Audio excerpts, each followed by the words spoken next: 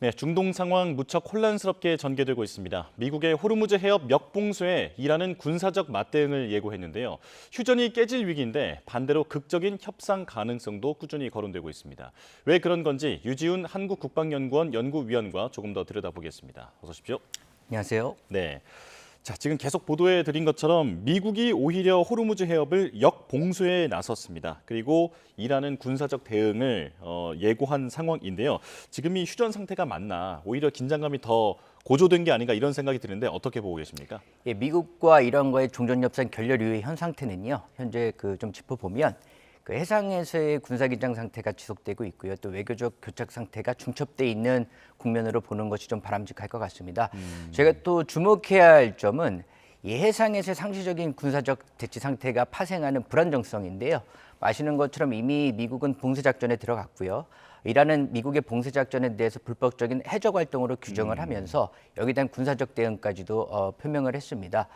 이러한 상황이 전개되다 보니 우려되는 부분은 이 우발적인 충돌이 실질적 대규모의 군사적 충돌로까지 귀결될 수 있는 부분이기 때문에 이런 부분에서 저희가 좀 주목을 해야 될 필요가 있다고 생각을 합니다. 예, 우발적 충돌이라고 하면 어떤 가능성이 있을까요? 예를 들면 미 군함이 기뢰를 제거하기 위해서 진입했는데 거기에 미사일을 쏜다든지 이런 걸 말씀하시는 걸까요? 그렇습니다. 말씀하신 것처럼 미 군함이 현재 호르무즈 해협에 부설돼 있는 기뢰 제거 작전에 좀 투입된 상황이고요. 아무래도 그러다 보면은 현재 정확한 정보가 없는 상태에서 해군 함정이 작전하게 되면 그런 부분들이 이란으로 하여금 또 오판의 여지를 줄 수가 있습니다. 그런 상황이 군사적인 무력 충돌로 귀결될 수 있다는 가능성을 좀 저희가 고민해 볼 필요가 있을 것 같습니다. 예. 이런 와중에 벤스 부통령이 이란과의 상당한 협상이 진전이 있었다라고 인터뷰를 했는데 앞서 그 21시간의 긴 마라톤 협상 이후에 갑자기 이제 떠나버리지 않았습니까? 그때와는 분위기가 다른 것 같은데 어떤 진전이 있다고 얘기를 하는 걸까요? 예, 실질적으로 첫 번째 협상에서 이 타결점을 찾기는 쉽지 않았을 겁니다. 이제 그 자리는 서로의 이견을 좀 확인하는 자리였다는 데 좀 의의가 있었을 것 같고요. 그 이후에 후속 협의를 위한 물밑 작업은 지속적으로 진행이 되었던 부분이 있습니다. 근데 저희가 좀 우려해야 될 부분은 현재 이 협상이 진행되는 과정에서 이 호르무즈 해협에서의 군사적 대치 상황이 동시다발적으로 진행이 되고 있기 때문에 혹시 이 군사 긴장 상태가 어떤 형태의 군사적 무력 충돌로 귀결됐을 때에 이 외교적 협상의 여지마저도 좀 악화시킬 수 있는 우려를 좀 고민할 필요가 있을 것 같고요.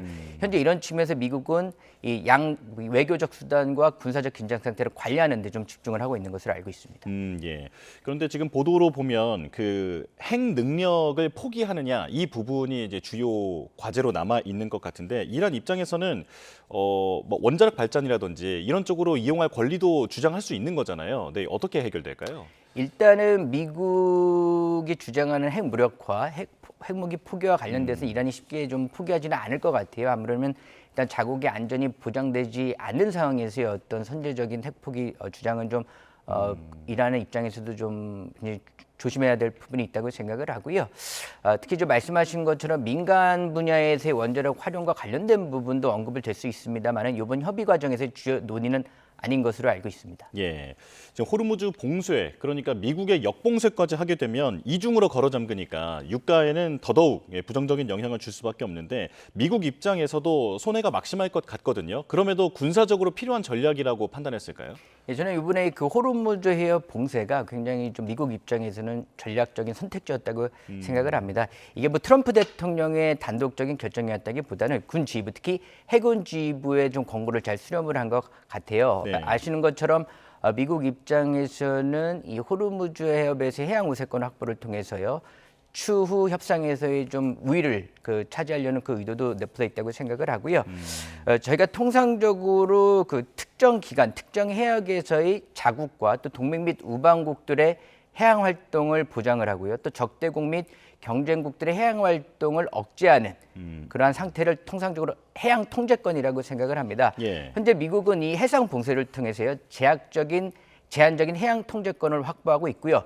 이를 통해서 해양 우세권을 확보하고 있다는 좀 명분을 과시하려는 정치적 의도도 좀 가지고 있다고 생각을 합니다. 예. 지금 호르무즈 쪽에서의 긴장감이 갈수록 커져가고 있는 상황이라서 언제든 군사적 충돌이 일어날 수 있는 그런 상황인데요. 그렇다면 미국이 호르무즈에서 이란을 완전히 제압할 수 있는 힘이 있는 것인가? 이 부분은 어떻게 보십니까? 쉽지 않다고 생각을 합니다. 물론 이제 총체적인 해군력 측면에서 보면 정규적 해군 측면에서는 미국이 월등히 앞서 있는 것은 사실입니다. 그리고 현재 이란의 정규 해군 전력도 많이 무력화된 것이 사실이지만 그럼에도 불구하고 이란은 여전히 비대칭 해군 전력들을 상당수 보유하고 있습니다. 특히 이 호르무즈 해역이라고 하는 좁은 지정학적 해역의 특성을 이란은 굉장히 잘 간파하고 있기 때문에요. 특히 이와 관련된 해군 전략 전술에 특화돼 있고 전문성을 갖고 있습니다. 이렇기 때문에 이게 장기전으로 가게 되면 될수록 미국 입장에서는 더 큰 부담을 느낄 수밖에 없을 것으로 판단이 됩니다.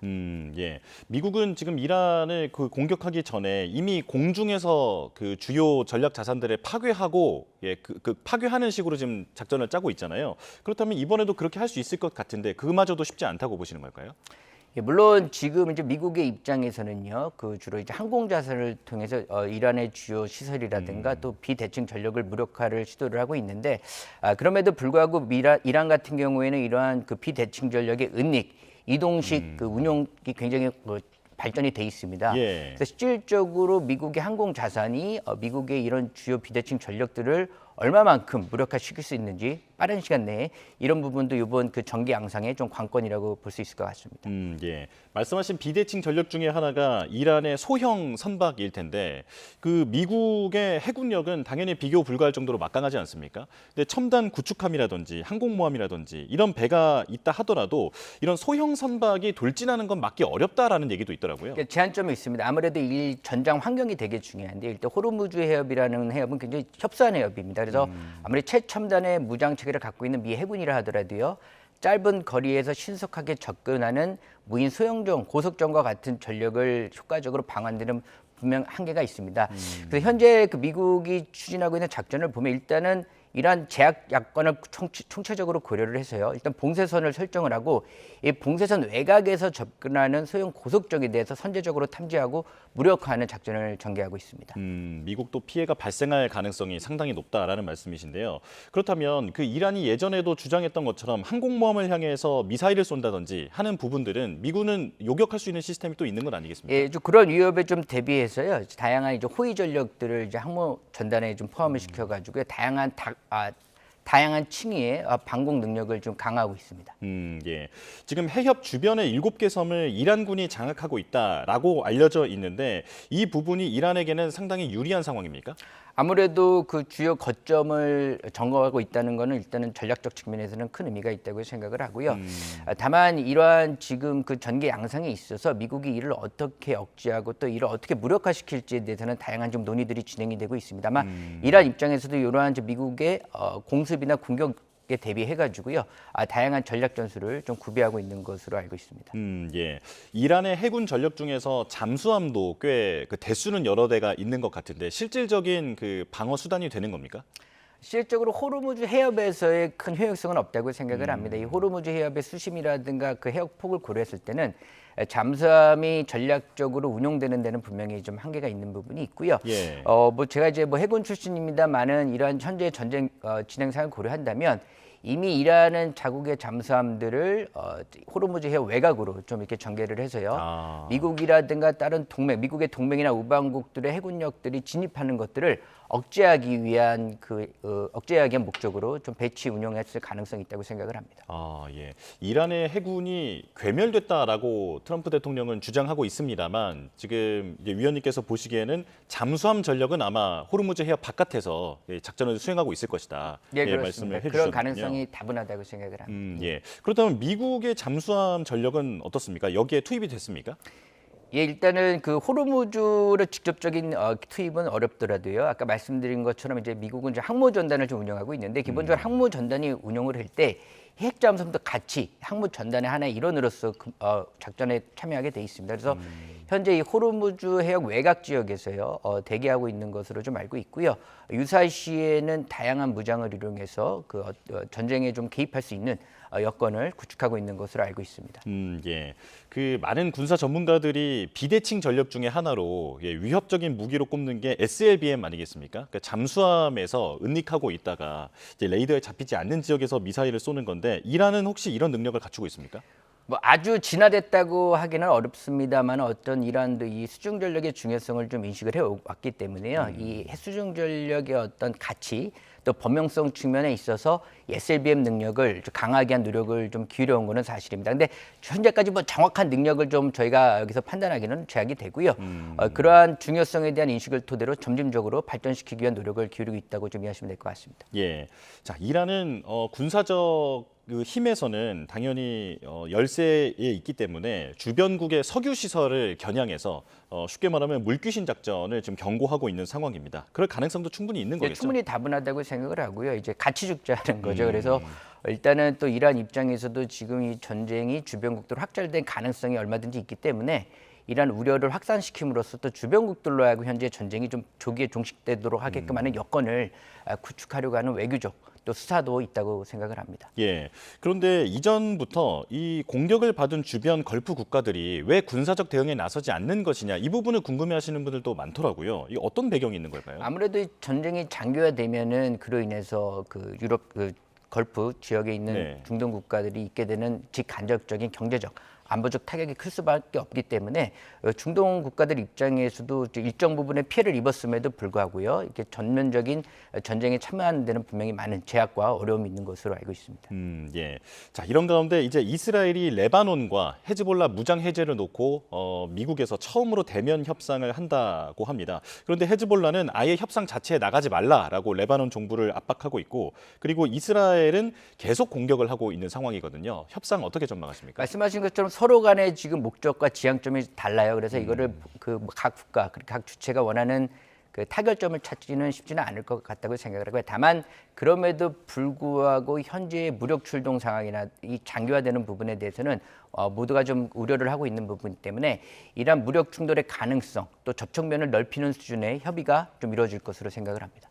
예. 지금 전황은 이스라엘이 압도적으로 유리한 상황이잖아요. 네, 그렇다면 칼을 이스라엘이 쥐고 있다라고 볼 수 있을 것 같은데 하지만 헤즈볼라도 정말 죽기 살기로 저항하지 않겠습니까? 그 전쟁이 더 격화되는 어떤 계기가 되지 않을까 싶은데 어떻게 보십니까? 예, 물론 그런 가능성도 배제할 수 없습니다만 현재 어쨌든 미국과 이란과의 어떤 협상이 또 좀 진행될 가능성이 있는 국면에서 또 미국의 역할도 굉장히 중요할 것 같습니다. 현재 그래서 미국 측에서도 이스라엘의 헤즈볼라에 대한 공습에 대해서 좀 자제를 하는 좀 그런 외교적 움직임이 좀 보이고 있고요. 이런 측면에서 고려를 한다면 아무리 좀 이스라엘이 좀 일방적으로 그 레바논이라든가 헤즈볼라에 대한 공격을 감행한다 하더라도요. 그 이스라엘이 원하는 최종 목적지를 달성하기에는 좀 제약이 있을 것으로 예상이 됩니다. 예. 레바논은 헤즈볼라에 대한 어떤 통제권이나 이런 건 지금 전혀 없는 상황입니까? 뭐 그렇게 보시는 게 좀 현실적으로 타당할 거는 같습니다. 예. 이제 뭐 그 지역 안에는 있습니다만은 실질적으로 별개의 조직으로 또 운영하는 측면이 강하기 때문에요. 어떤 이제 이란과의 지금 군사 교전에 있어서도 해결점을 찾기 어려운 그 원인 중에 하나라고 좀 생각하시면 될 것 같습니다. 예. 이제 알려진 것처럼 이스라엘은 사실 이번 전쟁 기회로 이란을 완전히 제압하고 싶어 하는 상황인데 미국과 이란이 휴전 협상에 나서면서 상당히 좀 반발하는 그런 모습을 보이고 있습니다. 그렇다면 이스라엘은 이른바 저항의 축과의 전쟁은 계속 끌고 가면서 이를 토대로 이란을 우회적으로 공격하는 그런 식으로 좀 타고 들어가는 생각을 할 것 같은데 이건 어떻게 보실까요? 예, 그런 가능성도 충분히 있고요. 어쨌든 이스라엘 입장에서는 이 미국과 이란 간의 협상이 타결되기 이전에 최대한 그 레바논에 주둔하고 있는 헤즈볼라 세력의 군사 기반을 무력화시키려는 노력을 감행할 것이라고 생각을 하고요. 하지만 아까 서두에도 말씀드린 것처럼 제약이 분명히 존재를 합니다. 어쨌든 예. 이게 현재는 미국과 이란과의 전쟁이 주로 이루어지고 있기 때문에요. 미국과 이란과의 전쟁 양상 또 이런 것들이 실질적으로 협상으로 종전까지 협상으로 타결이 될 경우에는 이스라엘이 계획했던 그런 헤즈볼라의 좀 군사적인 일정 부분의 군사적 약한은 좀 달성할 수 있지만 어떤 그 지역 장악이라든가 통제에 있어서는 분명히 제약이 있을 것으로 생각이 됩니다. 네, 알겠습니다. 자, 어느 한쪽이 일방적으로 상황을 종료할 수 있는 그런 상황은 아니다라는 말씀이었습니다. 자, 유지훈 한국국방연구원 연구위원과 함께했습니다. 고맙습니다. 트럼프 대통령이 자신을 예수처럼 묘사한 이미지를 SNS에 올렸다가 거센 역풍을 맞고 곧바로 삭제했습니다. 그러면서도 이란 전쟁 반대 목소리를 내는 교황 레오 14세를 향한 공격은 멈추지 않으면서 비판 여론은 멈추지 않고 있습니다. 워싱턴에서 신윤정 특파원입니다. 도널드 트럼프 미국 대통령이 교황 레오 14세를 향한 맹비난 와중에 SNS에 올린 이미지입니다. 흰 옷에 붉은 망토를 걸친 채 환자 이마에 손을 얹고 있는데 자신을 마치 예수처럼 묘사했습니다. 즉각 신자들 사이에서 신성 모독이라며 강력한 반발이 터져나왔습니다. It's terrible. It's gross. It's blasphemous. It's his usual. 트럼프의 핵심 지지층인 보수 개신교계 유명인들조차 선을 넘었다며 비판을 가세하자 결국 게시물은 12시간 만에 삭제됐습니다. 강성 지지층 반발에 정치적 부담을 느낀 것으로 보이는데 트럼프 대통령은 자신을 예수와 동일시하려 한 건 아니라며 해명에 나섰습니다. Only the fake news could come up with that one. So it's supposed to be me as a doctor making people better. 그러나 교황 레오 14세를 향한 사과는 거부하며 불만을 숨기지 않았습니다. No, I don't, because Pope Leo said things that are wrong. He was very much against what I'm doing with regard to Iran. And 아프리카 순방에 나선 교황 레오 14세는 전능하다는 망상 발언이 트럼프를 겨냥한 게 아니라며 한 발 물러섰습니다. 그러나 전쟁을 피할 길을 모색하는 건 계속할 것이라며 쓴소리를 잊지 않았습니다. The things that I say are certainly not meant as attacks on anyone. I have no fear of neither the Trump administration nor speaking out loudly about the message of the gospel. AP통신은 첫 미국인 교황을 향한 트럼프의 전례 없는 비판에 실망감이 확산하고 있다며 트럼프와 미 종교계 간 갈등이 중간 선거를 불과 6개월 앞둔 시점에서 벌어지고 있다고 짚었습니다. 트럼프와 가장 가까운 유럽 지도자로 꼽혔던 이탈리아 멜로니 총리까지 교황 공격을 용납할 수 없다고 성명을 내면서 이번 사태의 여파가 확산하는 모양새입니다. 워싱턴에서 YTN 신윤정입니다. 네, 미국이 호르무즈 해협 역봉쇄에 결국 나섰습니다. 다만 물밑에서는 양국의 협상이 이어지는 정황도 있습니다. 오늘은 엄태윤 한양대학교 글로벌 전략정보학과 겸임교수, 천소라 인하대학교 경제학과 교수 두 분과 함께하겠습니다. 두 분 어서 오십시오. 네, 안녕하세요. 먼저 엄 교수님께 미군이 오늘 그러니까 우리 시간으로 어젯밤 11시부터죠. 정말로 대이란 해상 봉쇄를 개시를 했습니다. 이른바 역봉쇄를 한 건데요. 지금 상황 어떻게 보고 계십니까? 네, 지금 현재 미국의 중부사령부를 중심으로 해서 한 미국 군함이 한 17척 이상이 지금 진을 치고 있습니다. 기본적으로 미국이 추구하는 건 이렇습니다. 예.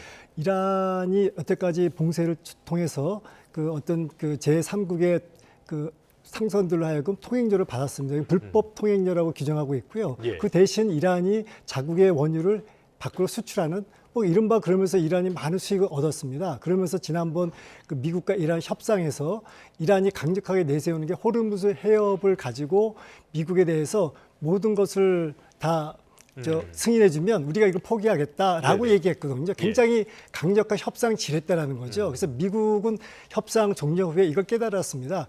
가장 이 전쟁에서 지금 현재 핵심적인 것은 호르무즈 봉쇄 그것을 해제시켜야 된다. 그러기 위해서는 또 다른 압박, 그러니까 미국이 차제에 그 이란이 봉쇄하고 있던 걸 또 밖에서 겹겹이해서 봉쇄를 하는 것이 가장 그 빠르게, 그렇죠, 시간이 좀 걸리겠지만 효과적인 상황일 거라고 생각하고 이렇게 봉쇄를 강력하게 지금 제재하고 있는 상황입니다. 그러니까 교수님 말씀은 봉쇄 해제를 위한 역봉쇄다. 맞습니다. 이렇게 말씀을 하시는 거잖아요. 약간 아이러니한 상황인 것 같은데 오히려 이게 휴전을 더 위태롭게 하거나 계산대로 안 되고 봉쇄에 대한 문제점, 부작용만 더 불거질 가능성도 있는 거 아닙니까? 그럴 가능성도 충분합니다. 예. 왜냐하면 지금 현재 대치 국면이고요. 강대강의 국면입니다. 트럼프 대통령이 이렇게 얘기하겠습니다. 그 미국의 카리브해에서 마약 소탕을 할 때 마약선으로 보이는 건 무조건 폭격을 했습니다. 그래서 여기에서도 만약에 그 미국 군함에 그 접근하는 건 무조건 폭격하겠다라는 얘기를 했고요.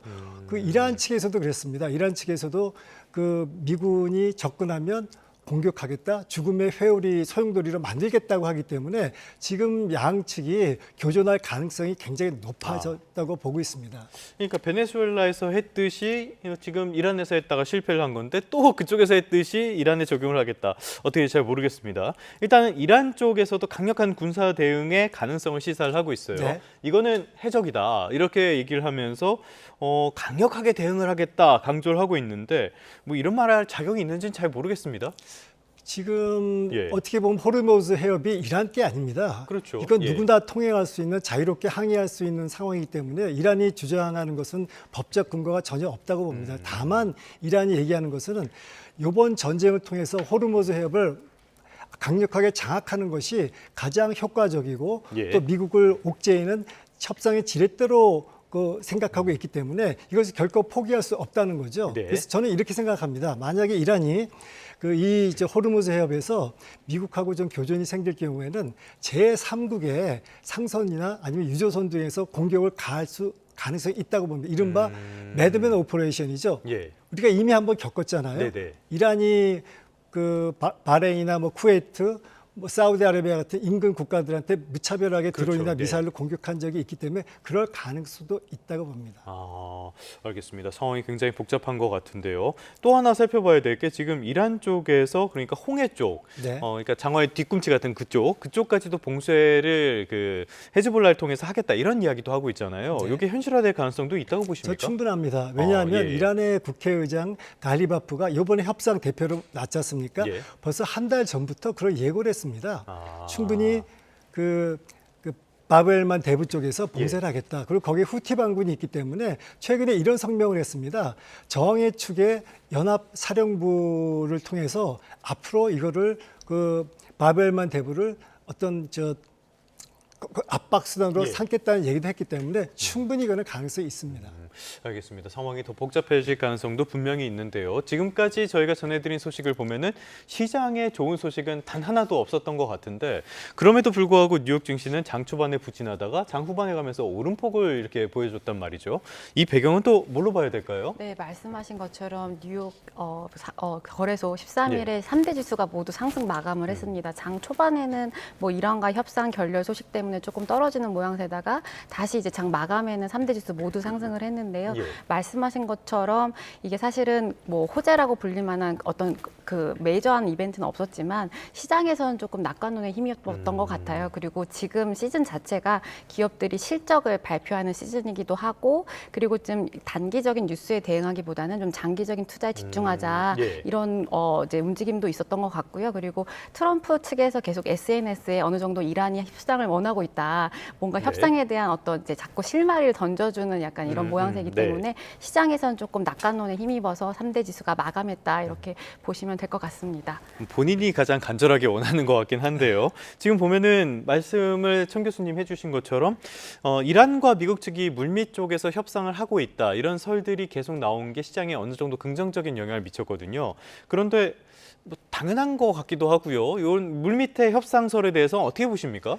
당연히 협상을 하죠. 2라운드가 시작될 예. 겁니다. 특히 이제 예. 파키스탄이 중재 1차 라운드에서 협상이 타결이 실패했기 때문에 파키스탄이 적극적으로 중재할 것이고요. 또 거기에 대해서 미국도 이란도 약간의 기대감을 갖고 있을 거라고 생각하는데 기본적으로 이미 미국에서 레드라인을 알려줬습니다. 네. 이란한테 핵 포기해라. 지금 예. 현재 이란이 갖고 있는 고농축 우라늄 440kg 그걸 포기해라. 라고는 메시지를 분명히 했기 때문에 거기에 대한 아직 이란이 답변을 주고 있지 않는 거죠. 그러니까 결국은 공은 이란이 넘어갔고요. 이란 측에서 이런 겁니다. 미국이 협상하는 게 아니라 무조건 항복을 원하고 있다. 그러니까 네. 일방적으로 압박하고 있다고 얘기를 하고 있기 때문에 거기에 대해서 이란의 입장이 어떻게 네. 나올지 주목이 되고 있습니다. 알겠습니다. 이란 쪽의 입장도 관심을 갖고 볼 수밖에 없는 그런 상황인 것 같은데요. 자, 지금까지 조금 전에 말씀을 드렸던 것처럼 뉴욕 증시는 상승을 했고요. 국제 유가가 한때 굉장히 크게 오르다가 결국에는 오름폭이 그렇게 크지 않은 정도, 3% 미만 정도로 맞췄단 말이죠. 이것도 같은 영향이라고 봐야겠죠?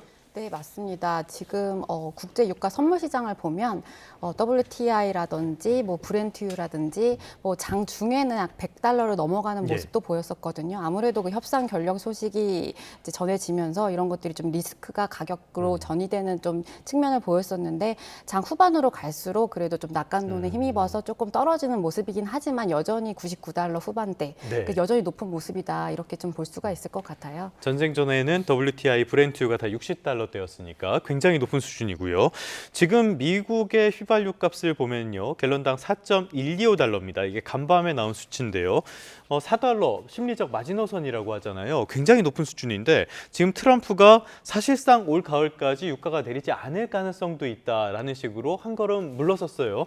현실을 드디어 받아들이는 건가 싶기도 한데요. 이렇게 되면 이거 미국 내 상황은 녹록지 않을 것 같아요. 네, 맞습니다. 트럼프가 이제 어느 정도 그 전에 뭐 파월이라든지 이런 연준에서도 발언이 좀 일시적일 거다 이렇게 얘기를 한 적이 있거든요. 근데 이제 트럼프가 이제 좀 유가가 가을까지 장기화될 수 있다라고 이제 어느 정도 인정을 한 셈인데 이렇게 되면은 사실은 11월에 이제 중간 선거도 있고 트럼프 내 이제 지지율도 사실은 지금 뭐 2기 들어서는 굉장히 지지율이 최저치를 기록하고 있거든요. 그러니까 우선 정치적인 리스크도 여전히 떠안는 셈이고 그리고 이제 미국의 이제 입장에서 그 자국민들이 $4를 우리가 심리적 마지노선이라고 하는데 이 마지노선의 의미는 사실 그 심리적으로 사람들이 휘발유 가격을 봤을 때 내가 소비를 좀 줄여야겠다 혹은 물가 때문에 조금 행동을 바꾸거나 정치적 성향을 좀 뒤바꿀 수 있는 그런 가격이라고 조금 알려져가 있습니다. 소비를 줄일 수도 있는 가격이다. 네, 맞습니다. 그래서 지금 뭐 물론 이제 휘발유 가격도 $4 넘어가긴 하는데 경유 같은 경우에 지금 이미 $5 넘어섰거든요. 미국 같은 경우에는 SAB나 뭐 이런 경유 자동차도 워낙 많이 몰기 때문에 아무래도 지금 앞으로의 지금 정치적인 세력이나 기반들이 좀 많은 영향을 주지 않을까 이런 생각을 가지고 있습니다. 지금 미국의 정치적인 상황에 대해서 말씀을 해주셨는데요. 트럼프의 지지율이 지금 대체적인 여론조사를 보면 30% 초반, 중반 이 정도의 형성이 돼 있단 말이죠. 이게 어느 정도 수준인 겁니까? 굉장히 낮은 수준이죠. 그리고 트럼프 대통령 집권 후에 최저 수준을 가고 있고요. 특히 그 최근에 이제 그 어떤 보수 성향 쪽에서 그 여론 쪽에 조사한 바에 의하면 전반적으로 트럼프 대통령의 직무 수행 능력에 비하면 한 35% 수준. 그리고 경제 상황에서 31%. 그러니까 상당히 지지도가 낮다라고 보고 있고요. 만약에 트럼프 대통령이 지금 이란 전쟁을 더 오래 끌다면 끌수록 지지율은 좀 떨어지지 않을까라고 전망하고 있습니다.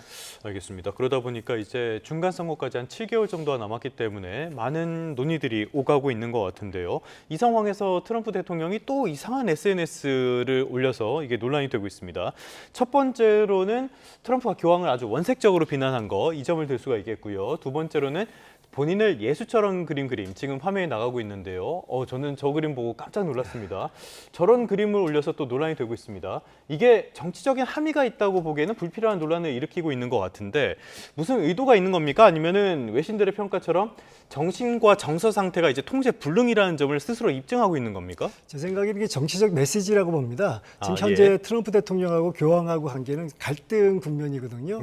왜냐하면 교황이 트럼프 대통령의 정책에 대해서 정면을 비판하고 있기 때문에 그렇습니다. 지난번에 베네수엘라를 적극적으로 마두라 대통령을 잡아다가 미국 법정에 세운 걸 그걸 보고도 그 교황이 끔찍하다라는 표현했고요. 이번에 이란 전쟁에 대해서 트럼프 대통령이 거기에 대해서 문명 소멸이다 뭐 그런 말을 쓴 거에 대해서 하나님은 어떤 전쟁도 좋아하지 않는다는 표현을 했습니다. 이거 애들로 말한 건데 궁극적으로 트럼프 대통령의 정책을 반대하는 입장이거든요. 그러니까 트럼프 대통령 입장에서는 사사건건 자기 정책의 발목을 잡고 있는 교황이 불편하다는 거죠. 그래서 교황의 얘기보다도 자신의 정책의 정당성을 주장하기 위해서 이렇게 일반적으로 예수님이 교황보다 더 위에 있기 때문에 자기가 더 위에 있다. 그러니까 자기 정책이 옳다, 자기 말이 옳다란 정당성을 주장하는 표현입니다. 근데 상당히 이건 바람직하지는 않죠. 나는 예수 수준이다. 이렇게 이야기를 했다. 그러다 보니까 미국 내에서도 정신적인 문제를 거론하는 기사가 정말 많아지고 있어요. 이런 상황인데 그런데 전 세계 가톨릭 신자가 14억 명이 있고요. 이거 예수처럼 꾸민 그 AI 사진은 미국 내 보수 개신교계에서도 굉장히 비판이 컸기 때문에 12시간 만에 삭제하기도 했거든요. 맞습니다. 이게 역풍 아닙니까, 이거는? 잘못 생각한 거죠. 트럼프 대통령이 평소 자기 주장이 강하기 때문에 아마 자기의 강한 주장을 주변의 참모들이 말리지 못했을 겁니다. 그런데 트럼프 대통령 자신도 개신교입니다. 그래서 아마 개신교 쪽에서도 많은 그 어떤 여기에 대해서 비난 여론이 있었고요. 그런 메시지가 들어갔을 겁니다. 그래서 예. 아마 갑자기 이제 이거를 내렸을 건데 이거는 잘못된 판단이죠. 알겠습니다. 최근 들어서 트럼프 대통령의 여러 가지 판단들이 상식을 많이 벗어나고 있다라는 점들을 외신들이 지속적으로 지적을 하고 있는데요. 이것도 비슷한 맥락이 아닌가 싶고요. 자, 이렇게 전쟁이 길어지면서 경제적인 충격도 계속 커질 수밖에 없는 상황입니다. 유엔 개발 계획에서 밝힌 내용인데요. 이렇게 계속 전쟁이 이어질 경우에는 개발도상국을 중심으로 심각한 역개발 현상이 나타날 것이다라고 이야기를 하고 있어요. 왜 개발도상국 쪽에 이 충격이 집중되는 겁니까? 아무래도 지금 현재 중동 쪽의 위기가 에너지를 중심으로 일어나고 있고 그 중동 지역뿐만 아니라 뭐 아프리카라든지 이런 이제 선진국으로부터 원조를 받는 국가들이 있는데 이게 지금 전쟁 이전부터 좀 선진국에서 원조를 할 수 있는 그 가격 돈을 좀 삭감을 하고 있는 상황이거든요. 이제 이 보고서는 최근에 이제 유엔 개발 계획이라고 해서 IMF나 월드뱅크처럼 지금 이제 정기 시즌으로 지금 여러 가지 회의들을 하고 있는 회의에서 발표한 보고서 내용인데요. 그래서 지금 이러한 중동 전쟁이 장기화되면 이런 개발도상국을 중심으로 에너지 그리고 식량 그리고 경제 둔화까지 삼중고에 위기할 거다 이렇게 얘기를 하고 있고요. 그래서 보고서에서는 지금 시나리오 분석을 좀 해서 6주간 이러한 사태가 장기간 되면 약 3,200만 명이 넘는 그 빈곤층이 생길 거다라고 얘기를 하고 있거든요. 그래서 지금 나오는 얘기가 그 빈곤층이라고 하면 이제 하루 평균의 수입이 약 8.3달러 정도 미만이 되는 계층을 빈곤층으로 보고서에서는 정의하고 있는데 이 규모가 장기간 이어지게 되면 그 중동 지역을 중심으로 그 인접 국가에 대해서 약 뭐 3.5%, 6%까지 GDP에 손실이 있을 거다 이렇게 보고 있고요. 이러한 충격을 만회하기 위해서는 약 60억 조 달러 정도, 억 달러 정도 필요할 거다 얘기하고 있는데 지금 아까 말씀드렸다시피 선진국이 그동안 개발도상국에게 공적 원주를 해야던 ODA라고 하는 자금들을 2024년에서 2025년에 이미 한 4분의 1 정도 삭감한 상태입니다. 트럼프가 다 잘랐잖아요. 그리고 뭐 미국이라든지 영국이라든지 프랑스 이런 지금 선진국들도 그 자체 내 뭐 국가 부채라든지 차입 비용이 워낙 지금 직면해 있는 문제들이 많거든요. 그래서 이런 것들이 사실은 원조가 같이 직접적으로 이루어지면 좋겠지만 이것이 현실화될지는 모르겠다라는 거고 뭐 지금 뭐 보고서에 따르면 뭐 국제기구라든지 뭐 세계은행이라든지 이런 쪽에서 조금 현금 지원이라든지 이런 것들을 해야 되지 않겠나 이런 얘기들을 하고 있습니다. 자, 전쟁의 방아쇠는 트럼프 대통령이 당겼는데 그 피해는 오히려 이런 개발도상국들이 보고 있고요. 그런데 우리가 어떻게 보면은 남 걱정할 때인가라는 생각이 들 정도로 우리에게도 타격이 굉장히 큰 상황입니다.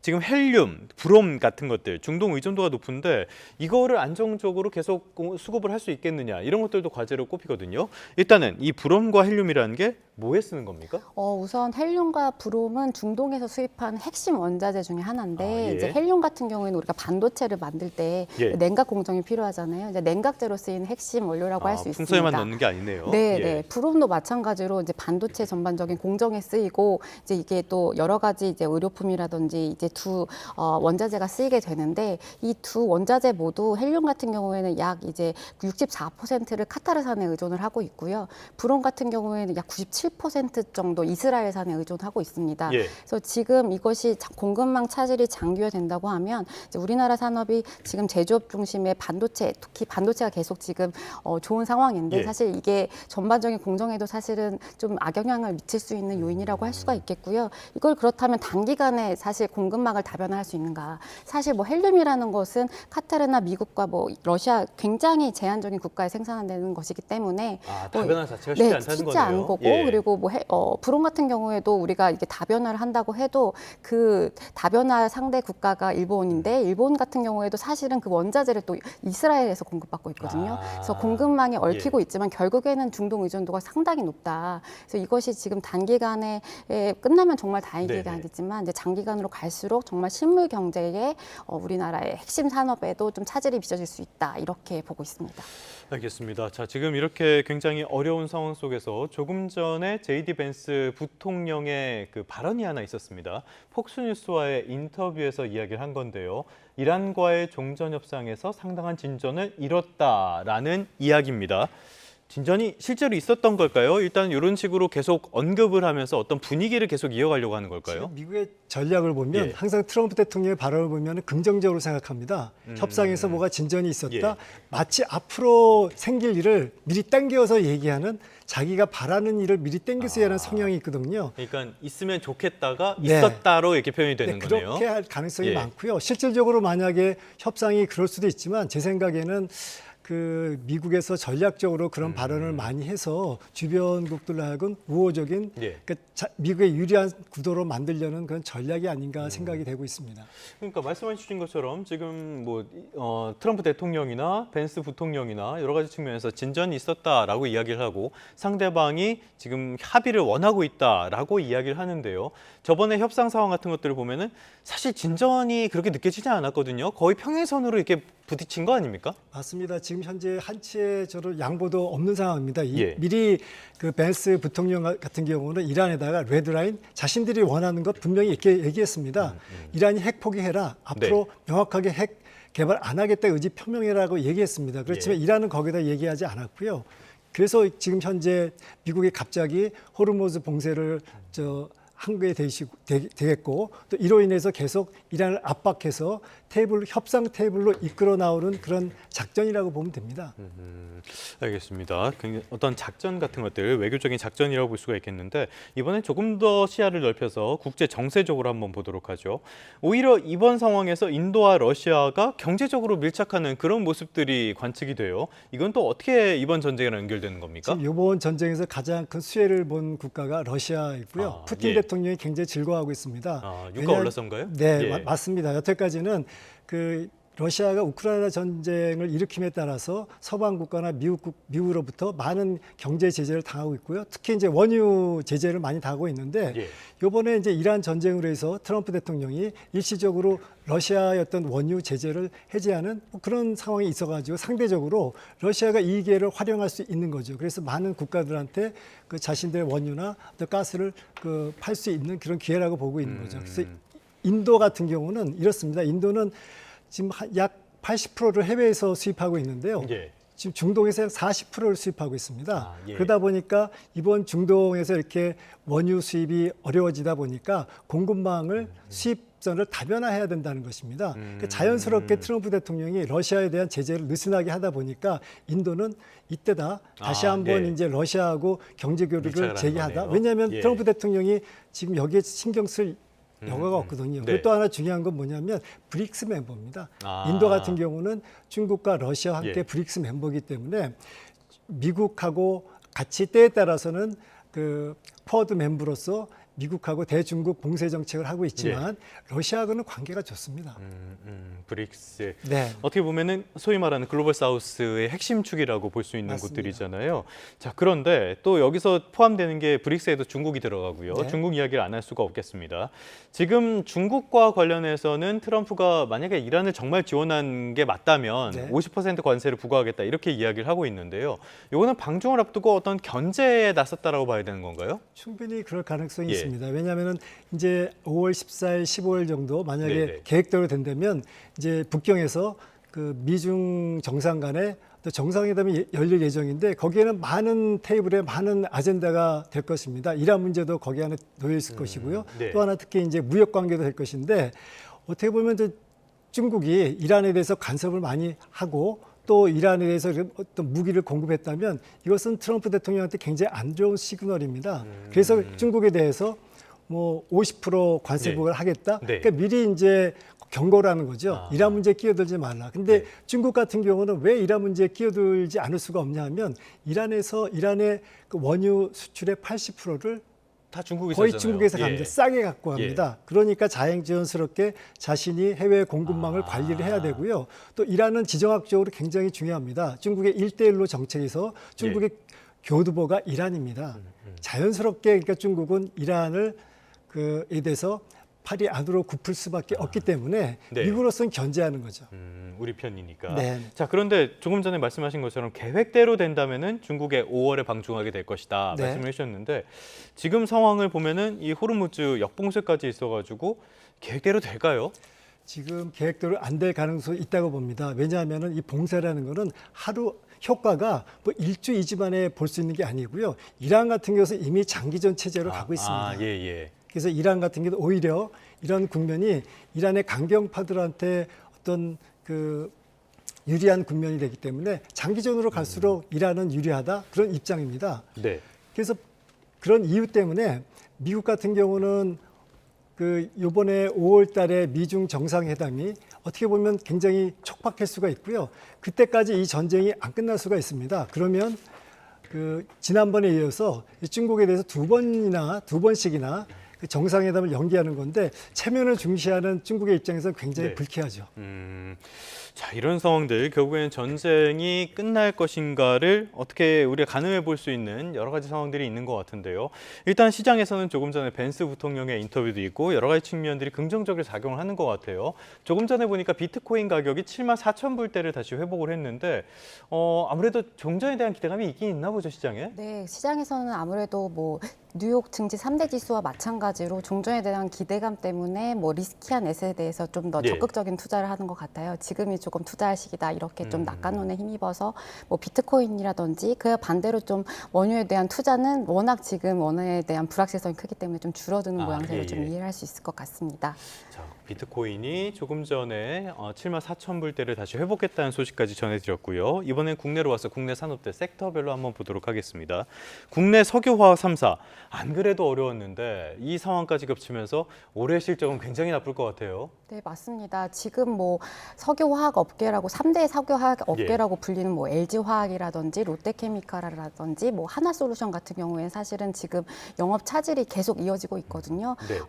가장 그 주요한 원인이라고 볼 수 있는 것이 첫 번째가 바로 중동망 공급망 차질, 뭐 나프타라든지 이런 것들이 지금 수입이 안 되고 있고 이제 석유화학에서 가장 원자재를 의존하는 것이 바로 나프타인데 이게 각 50% 이상 이제 우리가 원자재로 쓰이는 그런 것들이거든요. 예. 그리고 이게 언제까지 될지 모르는 이 불확실성이 또 투자를 또 억누르게 만들고 이런 것 때문에 사실 지금 뭐 롯데케미칼이라든지 LG화학 같은 경우에는 공장 가동률을 이미 많이 줄인 상태예요. 그래서 여수 공장 같은 경우에 문을 닫은 상태고 지금 가동률 자체도 지금 업계에서는 한 50%에서 60% 정도 끌고 가려고 하는 이제 움직임이 있기 때문에 예. 지금 이 두 뭐 3사 자체가 영업 실적이 굉장히 1분기에 안 좋게 나왔거든요. 그래서 LG화학이라든지 지금 롯데케미칼 같은 경우에는 1분기 실적이 굉장히 뭐 약 2천억 원대로 가까운 수치가 적자를 기록하고 네. 있고 이제 한화 같은 경우에는 그래도 뭐 태양광 산업이라든지 이런 것들이 뒷받침 주고 있어서 그래도 뭐 전분기 대비해서는 적자까지 면했다 하더라도 이제 전년 동기로 봤을 때는 상당폭의 영업이익에 손실이 있다 이렇게 볼 수가 있을 것 같습니다. 자, 석유화 상황 계속 나빠지는 것 같고요. 또 하나 봐야 될 게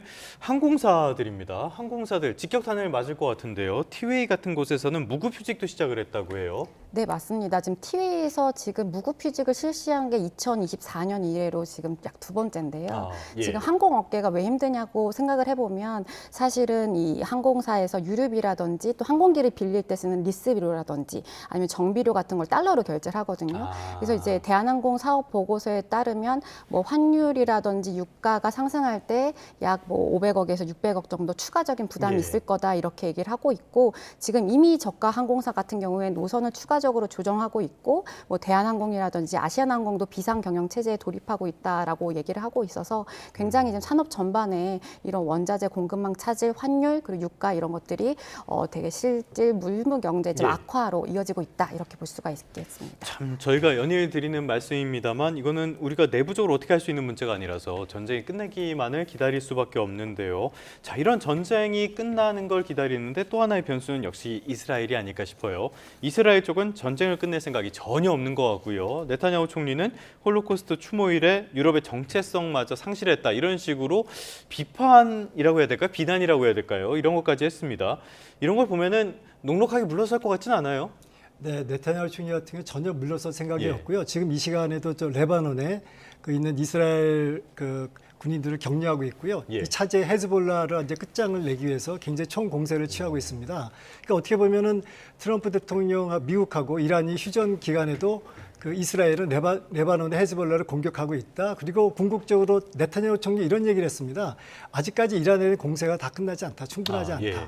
왜냐하면 그 이유 중에 또 하나는 만약에 전쟁이 휴전이 되면 네타냐후 총리가 법정에 서게 되는 겁니다. 아, 그렇죠. 네, 법정 그것 문제가 때문에 그게 있으니까요. 큰 발목을 잡고 있는 리스크로 작용하고 있기 예. 때문에 네타냐후 가능한 전쟁을 지속하는 것이 정치적 생명을 오래 끌고 갈 수 있는 길이라고 그는 생각하고 있는 것입니다. 오래 했으면 좀 물러설 때도 봐야 될 것 같은데요. 물러설 생각이 전혀 없는 것 같습니다.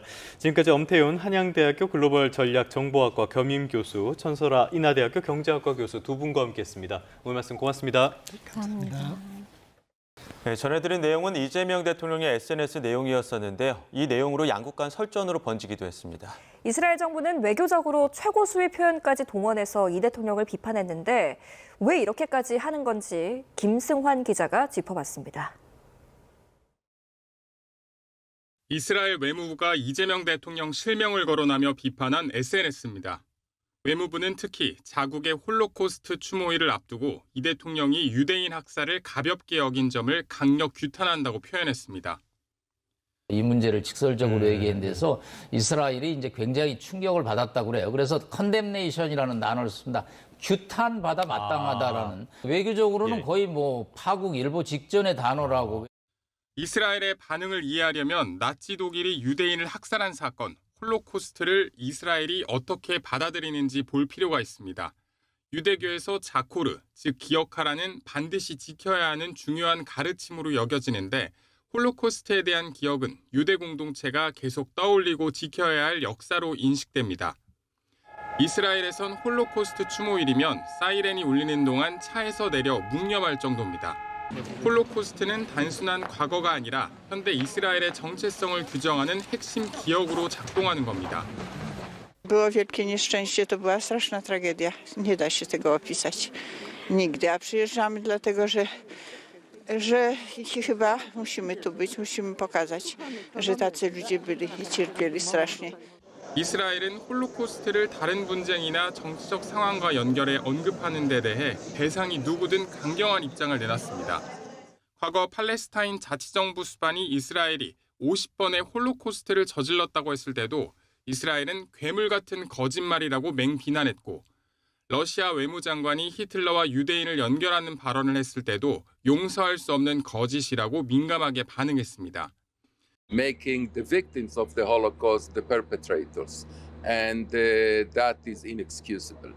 결국 이스라엘은 이 대통령의 발언을 국가 정체성과 연결된 역사적 영린을 건드린 문제로 받아들이며 충돌이 빚어진 것으로 보입니다. 다만 과거의 비극을 기억하는 일이 현재의 행위에 대한 비판까지 가로막는 근거가 되는 게 타당한지 국제사회에선 의문의 시선도 존재합니다. YTN 김승환입니다. 대전 5월드 동물원을 탈출한 늑대, 늑구가 동물원 인근 야산에서 발견됐습니다. 수색 당국이 생포를 위한 포획 작전에 나섰지만 늑구가 포위망을 뚫고 달아나서 계속해서 수색을 이어가고 있는 중입니다. 현장에 취재기자가 나가 있습니다. 오승훈 기자. 네, 대전 무수동에 있는 산기슭에 나와 있습니다. 네, 현장 상황 전해주시죠. 네, 제 뒤로 보이는 곳이 늑구가 숨어 있을 것으로 추정되는 곳입니다. 현재 경찰 인력들이 곳곳에 배치돼 있고 또 소방과 경찰 인력이 산 위로 올라가는 모습도 방금 전까지 확인할 수 있었습니다. 이곳은 늑구가 탈출한 대전 5월드 동물원에서 직선거리로 약 2km가량 떨어져 있는 대전 무수동 오도산의 한 산기슭인데요. 어젯밤 10시 40분쯤 대전 구안동의 시골길에서 늑구가 발견됐다는 신고가 소방당국에 접수됐습니다. 늑구 신고는 밤 9시쯤부터 계속해서 이어졌고 이곳에 새벽 6시 반쯤까지 늑구와 대치를 이어간 것으로 확인됐습니다. 신고자는 전화로 당시 상황을 설명한 뒤 영상을 촬영해 제보한 것으로 알려졌습니다. 소방당국은 오늘 새벽 0시쯤 구조인력 40명을 투입해 늑구가 맞다는 사실을 확인하고 본격적인 포획 작전에 나섰습니다. 경찰과 수의사, 야생동물 전문가 등 수십 명을 추가 투입해 대전 무수동 일대에서 6시간 넘게 대치를 이어갔습니다. 하지만 6시 반쯤 늑구가 포위망을 뚫고 달아나면서 포획에는 성공하지 못했습니다. 당시 마취총 등 장비를 동원한 뒤 근접거리에서 늑구와 대치했다고 밝혔지만 움직임이 워낙 빠른 데다 나뭇가지 등으로 시야가 가려 마취총을 쏘지는 못했다고 설명했습니다. 네, 이런 가운데 늑구가 동물원을 탈출한 지 벌써 6일이 지났죠? 네, 그렇습니다. 늑구가 동물원에서 탈출한 건 지난 8일 오전 9시 20분쯤입니다. 동물원 측은 늑구가 전기가 흐르는 철선 아래로 땅을 파고 땅 밑에 있던 철조망을 뚫고 나간 것으로 추정된다고 밝혔습니다. 늑구는 생후 2년 된 수컷 늑대로 몸무게는 약 30kg 정도 되는 성체입니다. 지난 9일 새벽 1시 반쯤 대전 오월드 동물원 인근 야산에서 발견됐다가 몸을 숨기면서 그동안 수색에는 어려움을 겪어왔는데요. 자취를 감춘 지 5일 만에 어젯밤 늑구의 모습이 또다시 포착된 겁니다. 늑구는 탈출 전날 닭 2마리를 먹은 것으로 알려졌고 며칠 동안 굶은 듯 다소 지친 모습을 보이기도 했습니다. 수색당국은 포위망을 뚫고 달아난 늑구가 인근 산기슭에 숨어 있을 것으로 추정하고 있습니다. 드론과 수색 인력을 동원해 위치 파악에 주력하고 있고 발견되는 대로 생포 작전을 이어갈 계획입니다. 지금까지 대전 무수동 산기슭에서 YTN 오승훈입니다.